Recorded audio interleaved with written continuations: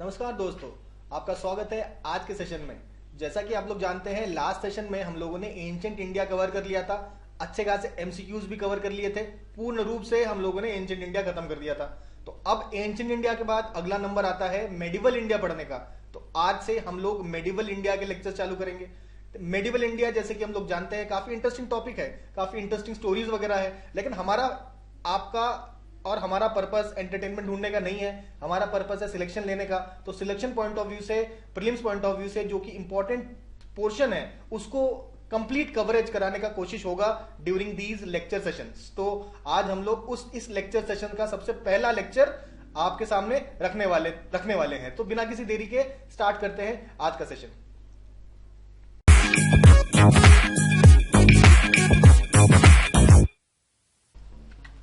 आइए स्टार्ट करते हैं हम लोग मेडिवल इंडिया का डिस्कशन। एंशिएंट इंडिया हम लोग खत्म कर चुके हैं और अब आते हैं हम लोग मेडिवल इंडिया पे। मेडिवल इंडिया को समझने से पहले हमको सबसे पहले राइज ऑफ इस्लाम समझना पड़ेगा। तो प्रॉफिट मोहम्मद आते हैं और एक नया पंथ चालू करते हैं जिसको बोलते हैं इस्लाम। ठीक है, तो जो इस्लाम, तो प्रॉफिट मोहम्मद के बारे में कुछ बातें हम लोगों को जानने की जरूरत होती है। तो प्रॉफिट मोहम्मद का जो जन्म हुआ था वो 570 एडी में हुआ था। ठीक है, 570 में हुआ था और उनका चाइल्डहुड नेम था अल अमीन और उन्होंने आइडियोलॉजी दी थी इस्लाम की। ठीक है, और इस्लाम थोड़ा सा अलग, उस समय के जो भी रिलीजन है उनसे थोड़ा सा डिफरेंट था, क्योंकि वो अवतारवाद को नहीं मानता था, मूर्ति पूजा, आइडोलेट्री, इसको भी नहीं मानता था, और जो रीबर्थ होता है, पुनर्जन्म को में भी ये विश्वास नहीं रखता था। ठीक है, और स्टार्टिंग की जो अर्ली कम्युनिटी थी जो कि इस्लाम में बिलीव किया करती थी उसको बोलते थे उम्मत। तो जो मुस्लिम कम्युनिटी है, अर्ली मुस्लिम कम्युनिटी, उसको उम्मत बोला जाता था। तो प्रॉफिट मोहम्मद के बारे में हम लोग कुछ बात करते हैं। जैसे उनके पिताजी का नाम था अब्दुल्ला, उनकी माताजी का नाम था अमीना, उनके अंकल का नाम था अबू तालिब। तो अबू तालिब जी ने ही रेज किया था प्रॉफिट मोहम्मद को। इसके बाद एनलाइटनमेंट इनको मिली थी कहां पे, हीरा के 40 साल की एज में। और सबसे पहला जो सरमन दिया था इन्होंने अपनी ही वाइफ, जिनका नाम था खदीजा, उनको अपना ज्ञान प्राप्त करने के बाद, एनलाइटमेंट प्राप्त करने के बाद उन्होंने सबसे पहला सरमन दिया था खदीजा को। इसके बाद बात करते हैं हम लोग एक और इवेंट जिसको बोलते हैं हिजरत। हिजरत क्या है? देखिए, 570 में उनका जन्म हुआ। उसके बाद एक टाइम आया आपका 16 जुलाई 1622। तो इस डेट को 16 जुलाई 1622 को आपका हिजरत करते हैं प्रॉफिट मोहम्मद। देखिए, मक्का में उनका अपोजिशन होना स्टार्ट हो जाता है, कुछ लोग उनका अपोज करते हैं। तो उस अपोजिशन के चलते वो मक्का में नहीं रह पाते और मक्का से उनको छोड़ के मदीना चले जाते हैं। ठीक है, तो ये मक्का से मदीना जाने का जो प्रोसेस है उसी को बोलते हैं हिजरत। और ये कब क्या था? 622 एडी। तो 622 एडी से ही आपका हिजरी एरा स्टार्ट हो गया। हिजरी एरा का मतलब ये है कि अब उनका अलग कैलेंडर है जो 622 एडी से चालू होगा। जैसे कि उनका जो डेथ हुआ था 632 एडी में एक्चुअली में डेथ हुआ था, लेकिन अगर हिजरी कैलेंडर के हिसाब से बोले तो 622 प्लस 10 कर दीजिए आप, तो 10 हिजरी को आप कह सकते हैं प्रॉफिट मोहम्मद का डेथ हुआ था। ठीक है, तो प्रॉफिट मोहम्मद का जो बायोग्राफी है वो क्या था? वो था आपका नट ए मोहम्मदी, जो लिखा था जियाउद्दीन बरनी ने लिखा था नट ए मोहम्मदी, जो कि बायोग्राफी था। अच्छा, देखिए, इस्लाम में भी कई सारे पंथ है, जैसे कि मलक पंथ, शैफी पंथ, हनबली पंथ और हनफी पंथ। ऐसे 5 पंथ आपके इस्लाम में आप देखेंगे।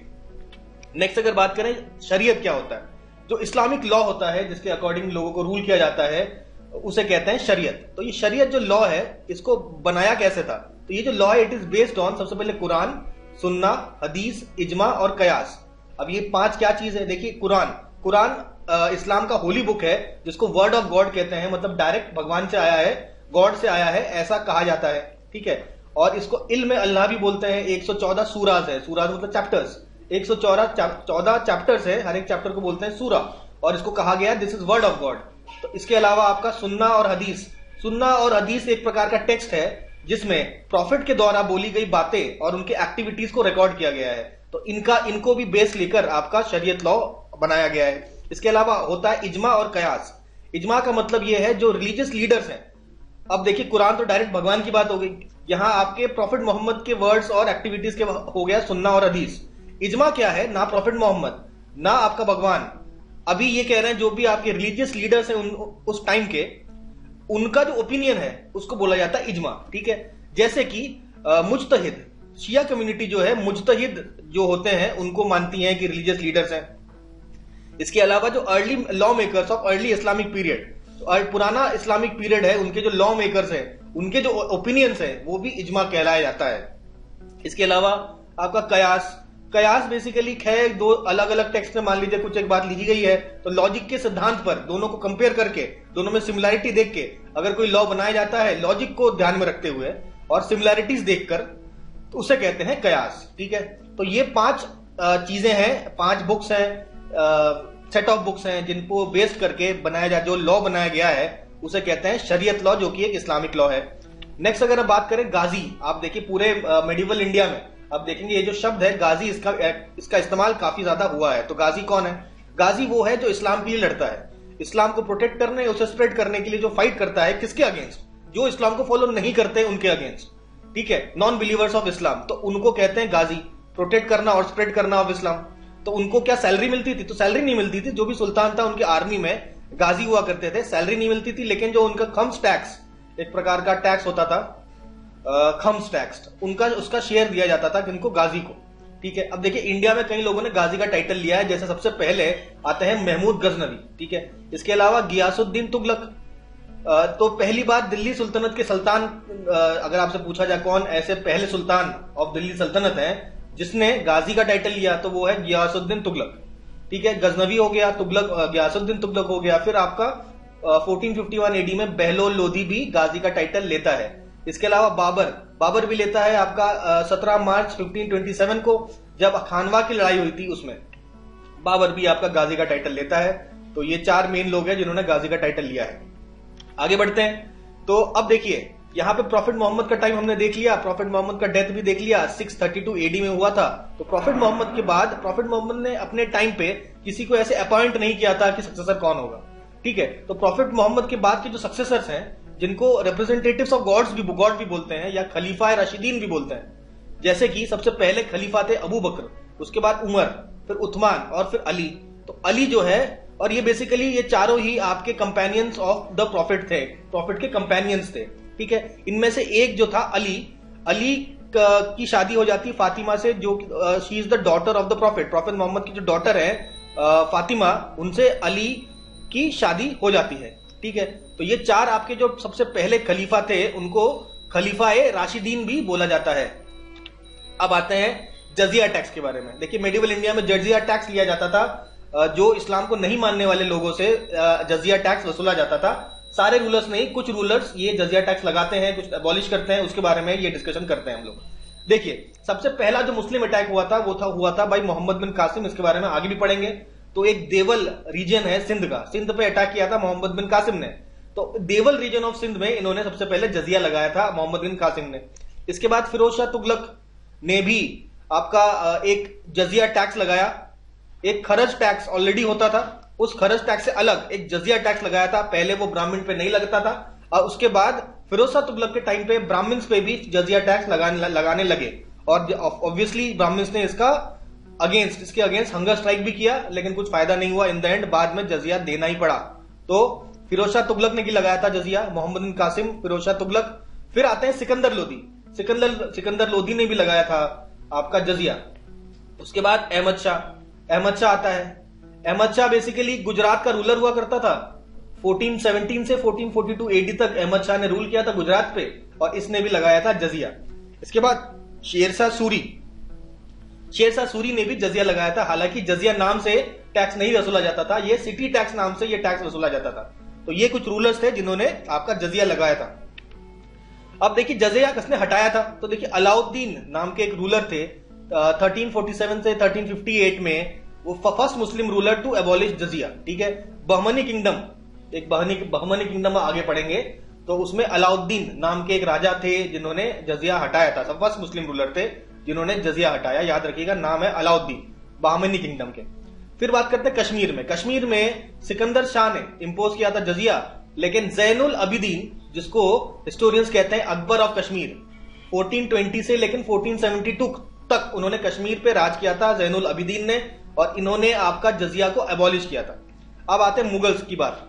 मुगल्स में बेसिकली आपका चल तो रहा ही था, जजिया वो लेते थे, लेकिन अकबर आता है 1564 में, जजिया को एबॉलिश करता है। उसके बाद 1575 में दोबारा रीइंपोज करता है। उसके बाद 1578 टू 80 में दोबारा अबॉलिश कर देता है, ठीक है। उसके बाद जजिया अबॉलिश रहता है। उसके मुगल पीरियड के एंड में आपका औरंगजेब आता है, दोबारा रीइंफोर्स करता है 1679 को। उसके बाद औरंगजेब के बाद जहंदर शाह आता है 1712 एडी में और इसको अबॉलिश कर देता है। और अबॉलिश करने के लिए असद खान और जुल्फिकार खान नाम के इनके दो क्या कहते हैं गवर्नर हुआ करते थे, जिन्होंने मिनिस्टर्स हुआ करते थे, जिन्होंने जहंदर शाह को एडवाइस किया कि भाई आपको हटा देना चाहिए जजिया, ठीक है। तो ये पूरी कहानी थी आपकी जजिया की। नेक्स्ट बात करते हैं अरब कॉन्क्वेस्ट ऑफ सिंध, ठीक है। ये थोड़ा सा ब्रीफ इंट्रोडक्शन हमने लिया आपका, जिससे आगे का कहानी और बेटर समझ में आएगा, ठीक है। हिंदू कॉन्क्वेस्ट ऑफ सिंध, तो अब आपसे पहले जा first Muslim invasion of India, ये किसने किया था? ये मोहम्मद बिन कासिम ने किया था और इसने सिंध पे अटैक किया था, ठीक है। अब देखिए जो अरब्स हुआ करते थे उस समय के, तो उन्होंने एक टर्म इजाद किया जिसका नाम था हिंदू। हिंदू टर्म से बुलाया करते थे पीपल ऑफ हिंद। हिंद मतलब इंडिया, इंडिया के लोगों को बुलाया करते थे हिंदू। तो Hindu term basically was given by the Arabs, ठीक है। तो अरबों ने फिर मोहम्मद बिन कासिम को कहा कि भाई सिंध पे अटैक करिए, ठीक है। इसके अलावा ऐसा नहीं है कि मोहम्मद बिन कासिम से पहले किसी ने अटैक करने का ट्राई नहीं किया, काफी लोगों ने ट्राई किया लेकिन सबको हारना पड़ा। उसमें एग्जाम्पल है उबैदुल्ला, इनको भी मार दिया गया था। उसके बाद बुदैल नेवी लेके आया था, इसको भी मार दिया गया था। और थर्ड जो अटैक हो रहा है बेसिकली मोहम्मद बिन कासिम का, और ये हो जाता है सक्सेसफुल और सिंध को कैप्चर करने में कामयाब हो जाता है मोहम्मद बिन कासिम। तो इसी पूरे कॉन्क्वेस्ट ऑफ अरब के ऊपर एक किताब लिखी गई है जिसका नाम है चचनामा। चचनामा बेसिकली एक अरबिक की किताब थी, लेकिन इस किताब को अबू बकर कूफी ने, काफी इंपॉर्टेंट है याद रखिएगा, अबू बकर कूफी ने आपका पर्शियन में ट्रांसलेट करके दिया। तो नसीरुद्दीन कुबाचा था आपका मोहम्मद गोरी के बाद एक गवर्नर था जो मुल्तान रीजन पर रूल किया करता था। उस समय अबू बकर कूफी ने चचनामा को ट्रांसलेट किया इन पर्शियन। तो ये चचनामा इंपॉर्टेंट किताब हो जाती है जिसने इस अरब पहला जो कॉन्क्वेस्ट ऑफ सिंध है इसके को अच्छे से डिस्क्राइब किया है। नेक्स्ट आते हैं कुछ किताबों पे। किताबों की बात जब हो ही रही है तो किताबों की बात अच्छे से कर लेते हैं। हमने चचनामा देखा, अरबिक किताब को ट्रांसलेट किया गया पर्शियन में, किसने किया? अबू बकर कूफी ने, ठीक है। आपका 1216 एडी में इसको ट्रांसलेट किया। उसके बाद एक और किताब है किताब फतह उल बुल्दान, ये अल बिलादुरी ने लिखा है, बहुत इंपॉर्टेंट ये भी है। ये सारे ऑथर्स एंड बुक्स इंपॉर्टेंट है। अल बिलादुरी ने क्या लिखा है? किताब फतह उल बुल्दान। उसके बाद तबकत नसीरी आपका नसीरुद्दीन महमूद, एक रूलर आगे हम पढ़ेंगे, तो उसने लिखा था तबकत नसीरी। तबकत नसीरी में आपका बेसिकली स्लेव जो डायनेस्टी के रूलर्स थे उनके बारे में चीजें मेंशन्ड है, स्पेशली नसीरुद्दीन महमूद और भी कुछ रूलर्स के बारे में मेंशन्ड है। लिखा किसने था? मिनाज उल सिराज। फिर देखिए तारीख फरिश्ता, एक फेमस आपके ऑथर होते हैं फरिश्ता। तो आपका 1560 से लेके 1620 एडी में वो मोहम्मद कासिम शाह के अंडर पैट्रोनेज में लिखते हैं और इनकी कुछ फेमस किताबें हैं जैसे तारीख फरिश्ता। इसमें उन्होंने इब्राहिम आदिल शाह के बारे में लिखा है, ठीक है।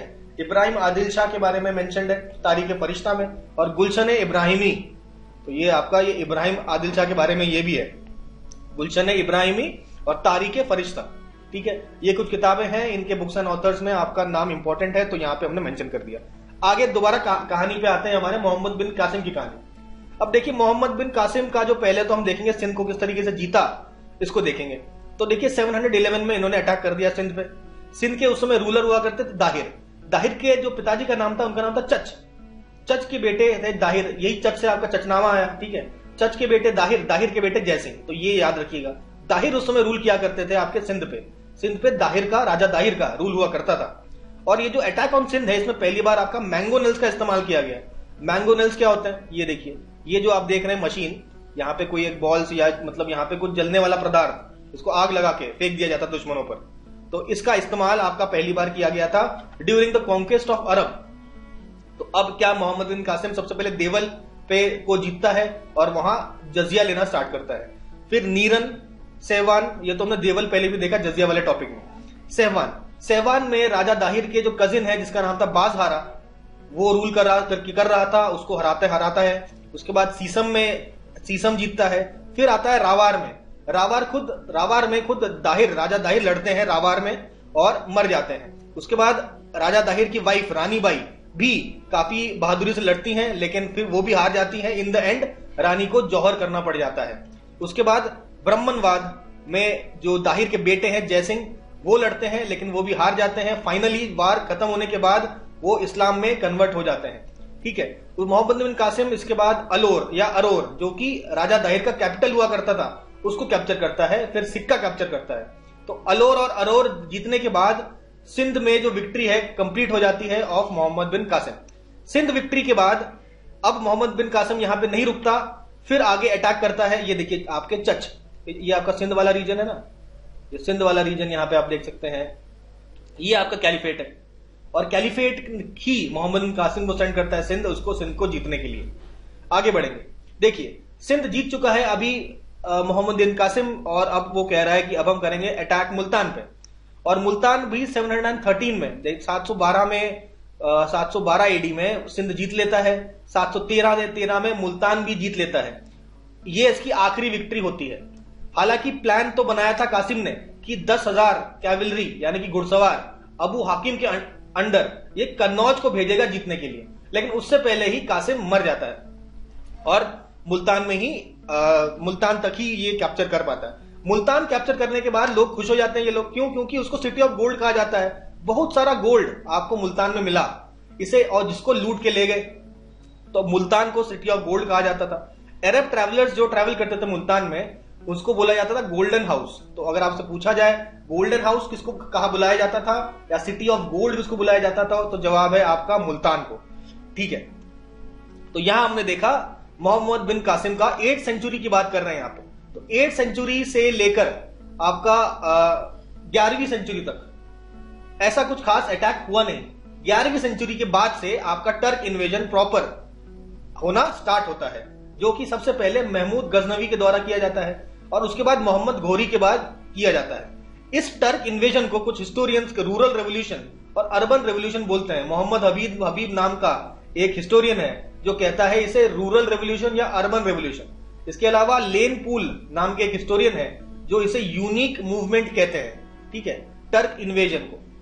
चलिए अब ये टर्क इन्वेजन के बारे में देख लेते हैं। बात करेंगे हम लोग महमूद गजनवी की, या महमूद गजनी जैसा आप कह सकें। तो महमूद गजनी का जो एंसेस्ट्री है वो आपका समनिद एम्पायर के अंडर काम करते थे। तो ये समनिद एम्पायर का आप यहाँ पे मैप दे सकते हैं, और उसके बाद आपका ये गजनवीद एम्पायर बन जाता है महमूद ऑफ गजनवी के अंदर। और ये जो पूरा गजनवीद एम्पायर आप यहाँ पे मैप में देख सकते हैं, पूरा सेंट्रल एशिया से लेके आपका इंडिया का जो नॉर्थ और नॉर्थ वेस्ट वाला पार्ट है उस पर भी कब्जा कर लिया है, मोस्टली पंजाब वाले रीजन में, और काफी सारे रीजन में आपका मोहम्मद महमूद गजनी का इन्फ्लुएंस भी था। चलिए अब स्टार्ट करते हैं। देखिए महमूद गजनवी की बात करें तो इन्होंने, इनके जो कॉइन्स है महमूद गजनवी के कॉइन्स, उसमें यह बात लिखा हुआ है, अव्यक्तम एका मुहम्मदा अवतारा नृपति महमूदा। इसमें लिखा है there is one invisible Muhammad is the avatar, the king is Mahmud. तो कहते हैं भाई मोहम्मद को अवतार बोला और किंग जो है वो है महमूद। ऐसा लिखा गया है, बाईलैंग्वेज है ये, 2 लैंग्वेज में लिखा गया है, एक तरफ अरबिक दूसरी तरफ संस्कृत। देख सकते हैं यहाँ पे, देखिए अरबिक है, यहाँ पे आपका संस्कृत है। तो ऐसे बाइलिंगुअल कॉइन्स कौन से राजा के अंदर आप देखते हैं, वो है महमूद गजनवी। महमूद गजनवी बेसिकली संस्कृत और अरबिक अपने सिक्कों में दोनों ही लैंग्वेज के कॉइन छापा करता था। देखिए यहाँ पे हमने कुछ तो बात करनी है हमें जीनियोलॉजी की। अब देखिए आपका महमूद गजनवी से पहले कौन कौन से इनके जीनियोलॉजी में आपके लोग हुए, इनके बारे में हम लोग बात करते हैं। सबसे पहले अल्पतगिन आपका गजनविद जो डायनेस्टी है उनका फाउंडर कहा जा सकता है। 933 to 963 इनका पीरियड था और कैपिटल था गजनी। हालांकि ये रूलर नहीं थे, ये समनिद अंपायर के अंडर काम करते थे। आपका अबुल मलिक के टर्क स्लेव भी थे। तो यहां पे स्लेव का मतलब ये नहीं समझे कि स्लेव जो होते थे टर्किश में उनको अच्छा खासा हाई पावर मिलता था। ठीक है, राजा के अंदर वो काम करते थे लेकिन पावरफुल पोजीशन में उनको रखा जाता था। इसी प्रकार का एक टर्क स्लेव था आपका अल्पतगिन अबुल मलिक के अंदर। तो अल्पतगिन के मरने के बाद अच्छा, ये अल्पतगिन का सन इन लॉ जो था उसका नाम था सुबुक्तगिन।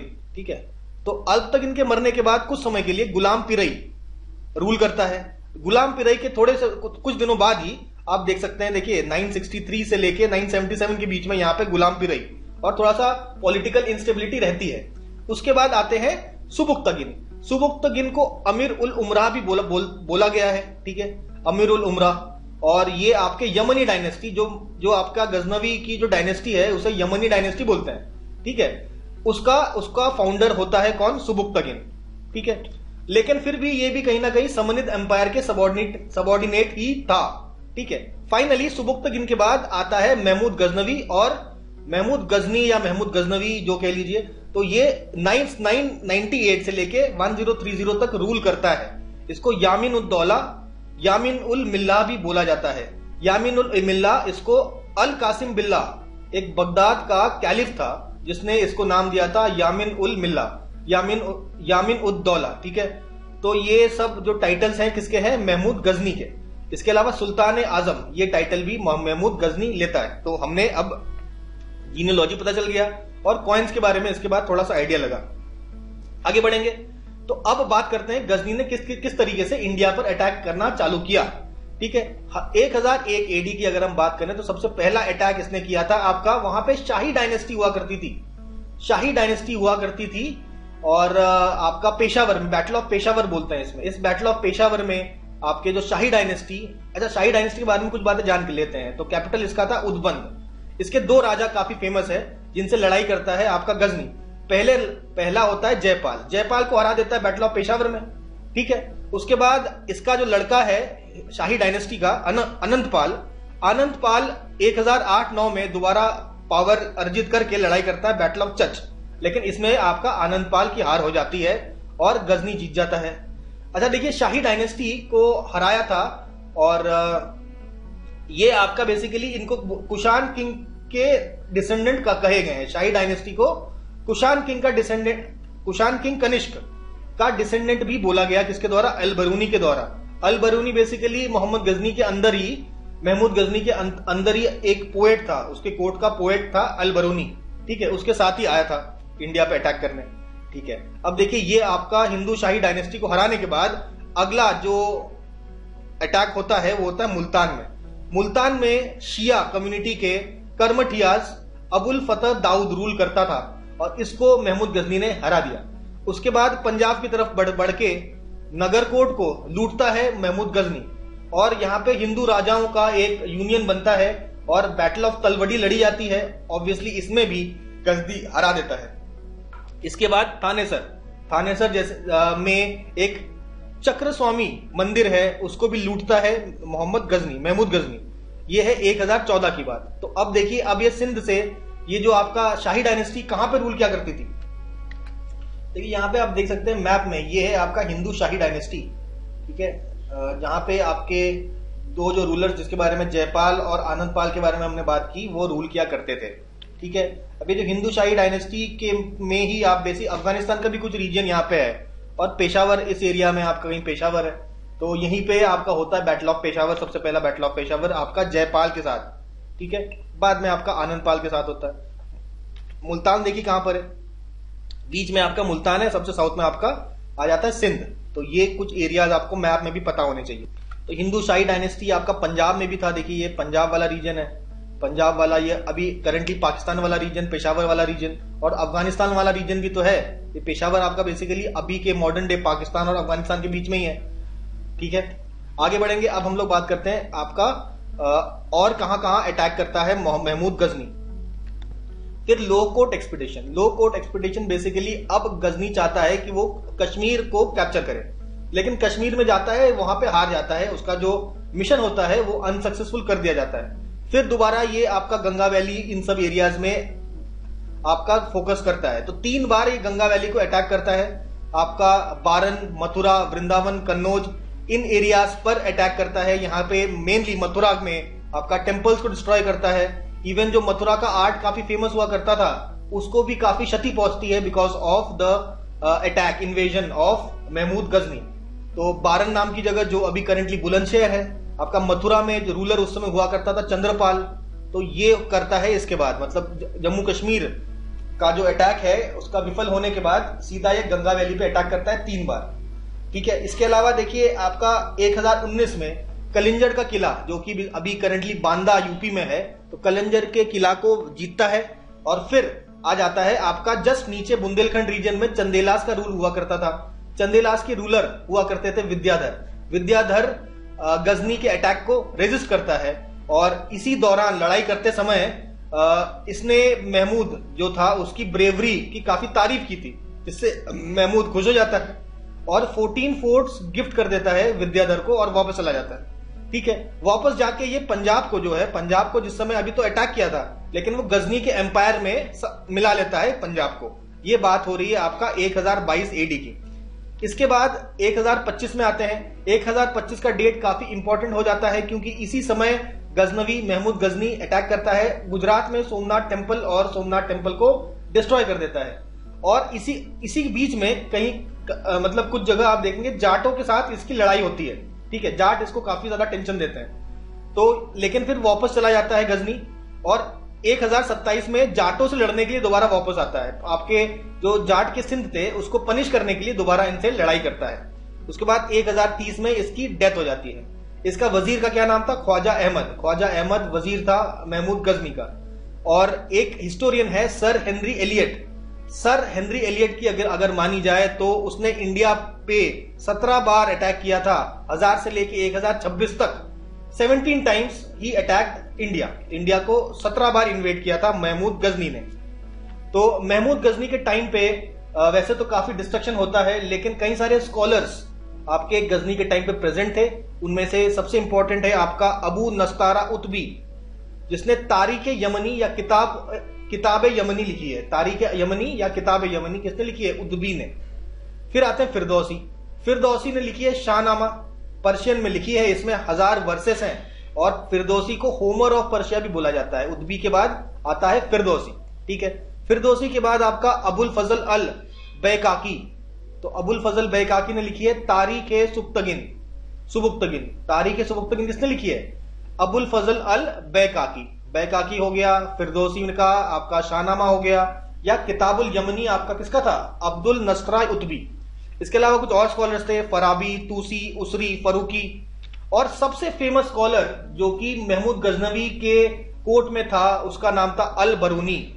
अल बरूनी बहुत फेमस है तो इसके बारे में काफी अच्छे से डिस्कशन हम लोग यहाँ पे करेंगे। तो इसका जन्म हुआ था आपका 973 एडी में इन खीवा नाम की जगह में। इसको अबू रेहान बोलते थे, निकनेम इसका था अबू रेहान। और एक गजनी में इसका डेथ होता है। तो ये बहुत विद्वान व्यक्ति हुआ करता था। एस्ट्रोलॉजी की इसकी समझ बहुत ज्यादा थी। एस्ट्रोलॉजर था, एस्ट्रोनॉमर था और इसने संस्कृत पढ़ी थी, संस्कृत समझी थी और संस्कृत को समझ के इसने गीता, पुराण इन सब का अध्ययन किया। और कई सारे हमारे जो स्कॉलर्स हैं, ओल्ड स्कॉलर्स जैसे कि ब्रह्मगुप्त, बालभद्रा, वरामिहिर, इन सब की किताबों को का भी इसने पढ़ा। तो इसलिए ऑब्वियसली मेडिसिन का भी इसको काफी ज्यादा ज्ञान था। और यहां तक कि इंडियन जो ब्राह्मण थे उन्होंने खुद अल बरूनी को बोला गया कि भाई उनको विद्यासागर नाम के टाइटल से सम्मानित किया गया। बहुत बड़े स्कॉलर थे अल बरूनी और ये गजनी के साथ आए थे। तो अल बरूनी ने एक किताब लिखी है किताबुल हिंद और या तहकीक हिंद। देखिए यहाँ पे तारीख यमनी किसने लिखी है? उतबी ने। यहां बात हो रही है तारीख हिंद या तहकीक हिंद या किताबुल हिंद तहकीक हिंद। ये किसने लिखा है? अरेबिक में लिखा हुआ है और ये अल बरूनी ने ही लिखा है। और इस किताब को mirror of the 11th century भी कहा गया है बाय हिस्टोरियंस। इसके अलावा इस बुक का जो इंग्लिश ट्रांसलेशन है किसने किया? एडवर्ड साच्ची ने किया और हिंदी का अनुवाद किया था रजनीकांत शर्मा, एडवर्ड साच्ची। तो ये बात हो गई अल बरूनी की। इसके अलावा इसने किताब लिखी है, बहुत सारी किताबें लिखी हैं, कुछ मेंशन की है। इसके अलावा बहुत किताबें लिखी हैं, सारा मेंशन करना संभव ही नहीं है। इसके अलावा किताब अल साइदला, ये आपका मेडिसिन के ऊपर किताब है, किताब अल साइदला। तो ये इसकी मेडिसिन की किताबें हैं। ठीक है, तो अब हम लोग नेक्स्ट एम्पायर पे आते हैं, नेक्स्ट रूलर पे आते हैं, वो है घुरिद एम्पायर या मोहम्मद गोरी का एम्पायर। तो देखिए गजनवी का जो एम्पायर था सेंट्रल एशिया से पंजाब तक ही था, सीमित था। लेकिन गोरी क्या करता है इस घुरिद एम्पायर को, तो गजनी एम्पायर खत्म करके घुरिद एम्पायर चालू होता है और ये कहीं ना कहीं बंगाल तक पहुंच जाता है आपका जीतने में। तो ये पूरी जो कहानी है अभी मोहम्मद गोरी की, ये हम अभी यहाँ पे डिस्कस करने जा रहे हैं।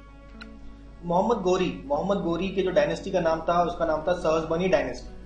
और एक डायनेस्टी एस्टैब्लिश करता है मोहम्मद गोरी, उसका नाम होता है मुइजुद्दीन डायनेस्टी। ठीक है, खुरासान को कैप्चर करने के बाद मुइजुद्दीन डायनेस्टी स्टार्ट करता है आपका मोहम्मद गोरी। ठीक है, अलग अलग टाइटल मिलता है इसको, जैसे जंगी, शिहाबुद्दीन, ठीक है। इसके अलावा महमूद गोरी के बारे में इवन कई सारे स्लेव रूलर्स के बारे में एक अकाउंट है किसका, मिनहाज उल सिराज का, जिसके बारे में हमें स्लेव डायनेस्टी के बारे में काफी बातें पता चलती हैं। तो यही सिराज का आपका एक बुक है जिसको कहते हैं तबकते नसीरी। तबकते नसीरी जो अकाउंट है उसमें मोहम्मद गोरी के बारे में काफी बातें मेंशन्ड है। मोहम्मद गोरी कहा जाता है, इसका जो सबसे पहला एंसेस्टर था उसका नाम था Zuhak. Zuhak was the ancestor of Mohammad Ghori, ठीक है। अब देखिए, अब क्रोनोलॉजिकल ऑर्डर में देखेंगे कौन कौन से कॉन्क्वेस्ट किए थे गोरी ने। तो सबसे पहले देखिए 1163 में गोरी से पहले रूलर ऑफ गोर हुआ करता था गयासुद्दीन। गयासुद्दीन के बाद 1173 में रूलर ऑफ गोर कौन बना, मोहम्मद गोरी। उसके बाद 1175 में उसे लगा कि भाई अभी मुल्तान कैप्चर करते हैं। मुल्तान में हमने पहले गजनवी को भी देखा था, उसने भी लड़ाई करी थी शिया जो रूलर्स होते थे, जिसका आपका करमाटी कास्ट के, करमटियास भी बोलते थे, तो करमटी कास्ट के शियास से लड़ाई करी थी 1175 में। आपका मुल्तान जीतता है, उसके बाद सिंध जीतता है, ठीक है। उसके बाद मुल्तान और सिंध जीत के और नीचे जाएंगे तो क्या आ जाए, गुजरात। तो 1178 में पहुंच जाता है गुजरात। गुजरात में उसे लगता है कि भाई गजनवी ने भी सोमनाथ मंदिर को तोड़ा था तो गुजरात को हरा देंगे, लेकिन ये होती है उसकी बहुत बड़ी गलतफहमी। गुजरात में उसमें रूल करते हैं भीमा सेकंड, जिनको मूल राज भी बोला जाता था। गौरी को हरा देते हैं, ठीक है। गौरी फिर वापस आ जाता है और फिर वो क्या कहते हैं, पंजाब पे अटैक करता था। देखिए पंजाब इससे पहले किसके अंतर्गत आता था, गजनी के अंदर आता था। तो गजनी डायनेस्टी को खत्म करता है और आखिरी रूलर ऑफ गजनी डायनेस्टी उसका नाम था खुसरो शाह। खुसरो शाह को हरा देता है और पंजाब में भी अपना जो दबदबा है बढ़ा लेता है। ये बात है 1179 एडी की। उसके बाद जीतता है सियालकोट, पेशावर, लाहौर, ठीक है। सियालकोट जीतता है 1185 में, 86 में पेशावर और लाहौर, और 88 में पहुंच जाता है भटिंडा। अब भटिंडा जब पहुंच जाता है वहां पे फोर्ट ऑफ तबर हिंद को कैप्चर कर लेता है। अब फोर्ट ऑफ तबर हिंद को कैप्चर करने के बाद दिल्ली में उस समय जो रूलर हुआ करते थे वो थे पृथ्वीराज चौहान, जिनको पृथ्वीराज 3 भी बोला गया है। तो पृथ्वीराज चौहान जो है वो देखते हैं ये तो खतरा हमारे बॉर्डर तक पहुंच चुका है। तो अब फाइनली 1191 में लड़ाई होती है, first battle of Tarain. First battle of Tarain में पृथ्वीराज चौहान घोरी को हरा देते हैं लेकिन जिंदा वापस छोड़ देते हैं। ये गलती उन पे काफी भारी पड़ती है क्योंकि अगले साल पूरी तैयारी के साथ आता है और लड़ता है वो सेकंड बैटल ऑफ तरेन। सेकंड बैटल ऑफ तरेन 1192 में होता है जिसमें मोहम्मद गोरी जीत जाता है और जो क्या कहते हैं सहूलियत पृथ्वीराज चौहान ने कहा था उसको छोड़ के दे दिया था, ये सहूलियत वो पृथ्वीराज चौहान को नहीं देता और मोहम्मद गोरी हरा देता है पृथ्वीराज चौहान को। इसके बाद अगर बात करते हैं, अब धीरे धीरे after second war of Tarain India पे दबदबा चालू होने लगता है गोरी रूलर्स का, ठीक है। अब देखिए, अब ये जो लड़ाई थी सेकंड बैटल ऑफ तराइन, इसमें जयचंद्र एक गहदवाल रूलर था कन्नौज और बनारस का, इसने हेल्प किया था मोहम्मद गोरी को। लेकिन मोहम्मद गोरी ने सेकंड बैटल ऑफ तराइन हराने के बाद सबसे पहला काम यही किया था, जयचंद्र को हराया था। जयचंद्र को हराया था in the battle of Chandawar, जो कि यमुना के बैंक में बैटल ऑफ चंदावर में जयचंद्र को हरा देता है। तो ये 1194 एडी की बात है। उसके बाद आगे बढ़ते हैं 1195-96 एडी में घोरी जीतता है बयाना और अपना एक और साथी घोरी का जिसका नाम था बहाउद्दीन तुगरेल। बहाउद्दीन तुगरेल को बोलता है कि भाई ग्वालियर पे अटैक करो, तो वो ग्वालियर भी जीत जाता है, ठीक है। उसके बाद एक कंसोलिडेट करने जाता है, आपका एक रूलर है ख्वारिज रूलर ऑफ ईरान। ईरान के रूलर से एक लड़ाई करता है जिसका नाम है अंधकुद बैटल। ये अंधकुद बैटल या बैटल ऑफ अंधकुद में हार जाता है, ठीक है। तो ये दूसरी हार होती है इसके क्या कहते हैं कैरियर की। पहली हार गुजरात से मिला था। अब ईरान के जो रूलर है वो भी हरा देता है मोहम्मद गोरी को। और भाई उसके बाद 15 मार्च 1206 में ये आपका दमयक नाम की जगह में, जो इंडस नदी के किनारे है दमयक, यहाँ पे ये अपना इसका डेथ हो जाता है, ठीक है। तो गोरी के डेथ होने के बाद क्या होगा तो आगे हम लोग देखेंगे, ठीक है। तो अब बात कर लेते हैं, गोरी ने एक सिस्टम चालू किया था, उसका नाम था इक्ता सिस्टम। इक्ता सिस्टम किसने चालू किया था, गोरी ने। आगे जाके हम देखेंगे घोरी के जाने के बाद आपके घोरी के जो टेरिटरीज थे इंडिया में, वहां पे आपका दिल्ली सल्तनत, वहां का कैपिटल हो जाता है दिल्ली, और दिल्ली में रूल करने वाले रूलर्स जो कि घोरी के अंडर पहले काम क्या करते थे, ठीक है, वो एक डायनेस्टी स्थापित करते हैं, सबसे पहली डायनेस्टी जिसको बोलते हैं स्लेव डायनेस्टी, ठीक है। तो दिल्ली सल्तनत हम लोग नेक्स्ट लेक्चर में देखेंगे।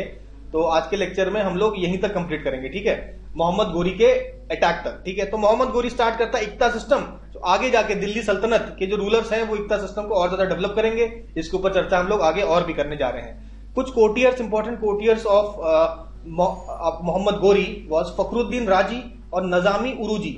फखरुद्दीन राजी और नजामी उरूजी नाम के कुछ कोर्टियर्स भी थे। इसके अलावा देखिए आप मोहम्मद गोरी के कॉइन्स के बारे में चर्चा कर लेते हैं। हमने महमूद ऑफ गजनी के कॉइन्स के बारे में भी चर्चा करी थी। हमने कहा था बाइलिंगुअल है, ठीक है। तो गोरी के कॉइन्स में देखिए लक्ष्मी जी की मूर्त भी आपको दिखेगी, नंदी की इमेज भी आपको दिखेगी, और यहाँ पे देवनागरी लिपि में तो मोहम्मद अपना नाम लिखता है मोहम्मद बिन समा, ये मेंशन रिटन है ऑन दीज कॉइन्स। तो ये सारे कॉइन्स है, ये देखिए आप लक्ष्मी जी की इमेज एकदम क्लियरली तो नहीं, लेकिन आप देख पा रहे होंगे इस कॉइन में लक्ष्मी जी की इमेज बनी हुई है। तो ये सारी बात हम लोग ने देखी। आपका राइज ऑफ इस्लाम देख लिया, इसके अलावा महमूद ऑफ गजनी देख लिया। महमूद ऑफ गजनी के बाद आपका मोहम्मद गोरी भी यहाँ पे हम लोगों ने फिनिश कर दिया। तो ये 3 चीजें हम लोग यहाँ फिनिश कर चुके हैं मोहम्मद गोरी के बाद। अब हम लोग नेक्स्ट जो लेक्चर होगा उसमें पढ़ेंगे दिल्ली सल्तनत। दिल्ली सल्तनत के बारे में हम लोग देखने जा रहे हैं नेक्स्ट लेक्चर में। तो आज का लेक्चर हम लोग यहीं पे खत्म करते हैं और मिलते हैं अगले सेशन में।